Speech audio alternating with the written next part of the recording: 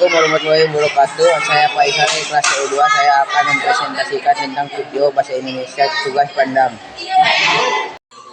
Biografi Muhammad Hatta, lahir di Bukit Tinggi 12 Agustus 1902. Pria yang akrab disapa dengan sebutan Bung Hatta ini merupakan pejuang kemerdekaan RI yang kerap disandingkan dengan Soekarno. Tak hanya sebagai pejuang kemerdekaan, Bung Hatta juga dikenal sebagai seorang organisatoris, aktivitas partai politik, negarawan, proklamator, pelopor koperasi, dan seorang wakil presiden pertama di Indonesia. Kiprahnya di bidang politik dimulai saat ini terpilih menjadi Bendahara Jong Sumatranen, Bon wilayah Padang pada tahun 1916. Pengetahuan politiknya berkembang dengan cepat saat Hatta sering menghadiri berbagai ceramah dan pertemuan-pertemuan politik secara berkelanjutan. Hatta melanjutkan kiprahnya terjun di dunia politik sampai pada tahun 1921. Hatta menetap di Rotterdam, Belanda dan bergabung dengan sebuah perkumpulan pelajar tanah air yang ada di Belanda, Instituut Vereniging.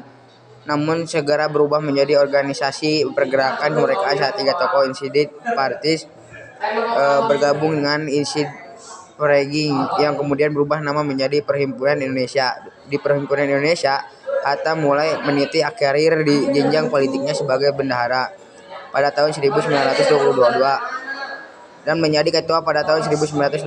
Saat terpilih menjadi ketua PI, Hatta mengumandangkan pidato inaugurasi yang berjudul Struktur Ekonomi Dunia dan Pertentangan Kekuasaan.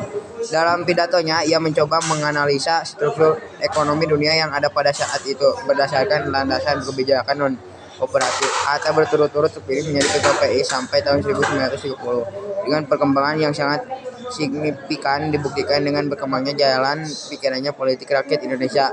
Sebagai ketua PI saat itu, Hatta memimpin delegasi Kongres Demokrasi Internasional untuk Perdamaian di Brickell, Prancis pada tahun 1926.